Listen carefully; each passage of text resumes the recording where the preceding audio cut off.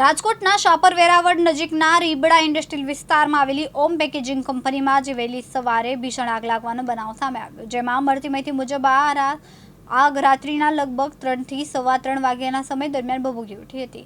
આગ લાગતાની સાથે જ તાત્કાલિક રાજકોટ ફાયર બ્રિગેડને જાણ કરવામાં આવી હતી। ઘટનાની ગંભીરતા ધ્યાનમાં રાખીને શાપર વેરાવળ તેમજ ગોંડલથી પણ ફાયર ફાઇટરોને સ્થળ પર દોડી આવવું પડ્યું અને ફાયર ટીમો દ્વારા સતત પ્રયાસો હાથ ધરવામાં આવ્યા। હાલ પેકેજિંગનું કારખાનું હોવાથી અંદર મોટા પ્રમાણમાં સળગતા પૂઠા અને જ્વલનશીલ સામગ્રી હોવાના કારણે આગે ઝડપથી વિકરાળ સ્વરૂપ ધારણ કર્યું, તેમજ દૂર દૂર સુધી ધુમાડાના ગોટા દેખાઈ આવતા ફાયર બ્રિગેડ દ્વારા લગભગ 6 કલાકથી વધુ સમયથી સતત આગ પર કાબૂ મેળવવાનો પ્રયાસ ચાલુ છે, છતાં હજુ સંપૂર્ણ રીતે આગ બુઝાઈ નથી। ઘટના સ્થળે 30 થી વધુ ફાયર કર્મચારીઓ તૈનાત છે, જ્યારે ગોંડલ પોલીસ દ્વારા પણ સમગ્ર ઘટનાની તપાસ હાથ ધરવામાં આવી છે।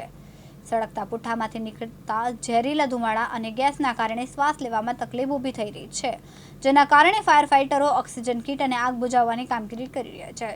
સદનસીબે આ બનાવમાં કોઈ જાનહાનિ નોંધાઈ નથી, પરંતુ કંપનીને લાખો કરોડો રૂપિયાનું નુકસાન થવાનો અંદાજ વ્યક્ત કરવામાં આવી રહ્યો છે।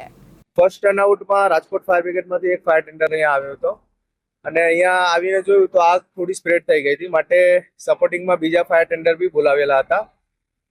રાજકોટ ફાયર બ્રિગેડના 2 ફાયર ટેન્ડર, શાપર વેરાવળનો 1 ફાયર ટેન્ડર, ગોંડલ નગરપાલિકાનો 1 ફાયર ટેન્ડર, એમ કુલ મળીને 4 ફાયર ટેન્ડર અમે અહીંયા ઘટના સ્થળ પર હમણાં કામગીરીમાં લાગેલા છે અને આગ બુઝાવવાનું કામગીરી ચાલુ છે। કેટલો સમય લાગી રહ્યો છે? જી, હજુ સમથિંગ 2 કલાક જેવું તો હજુ લાગે, કેમ કે નજદીકમાં કોઈ બી પાણીનો કોઈ સોર્સ નથી, માટે પાણી ભરવા માટે શાપર ફાયર સ્ટેશને જવું પડે છે, માટે ટાઈમિંગ થોડું લેશે। હાલ કેટલી ગાડી ઘટના સ્થળ ઉપર છે? 4 ફાયર ટેન્ડર અહીંયા ઘટના સ્થળ પર છે અને 30 થી વધારે જવાનો અમારા હમણાં કામગીરીમાં જોડાયેલા છે।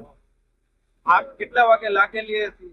જી, આ રાજકોટ ફાયર કંટ્રોલ રૂમને 3:34 કોલ મળ્યો હતો અને હજુ આગ બુઝાવવાની કામગીરી ચાલુ છે।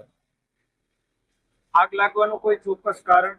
ના, હજુ સુધી માલિક દ્વારા અમને કંઈ જણાવવામાં આવ્યું નથી, પણ પ્રાથમિક કારણ ઇલેક્ટ્રિક શોર્ટ સર્કિટ હોઈ શકે છે। પંકજ ટીલાવત, દિવ્યાંગ ન્યૂઝ, શાપર વેરાવળ, રાજકોટ।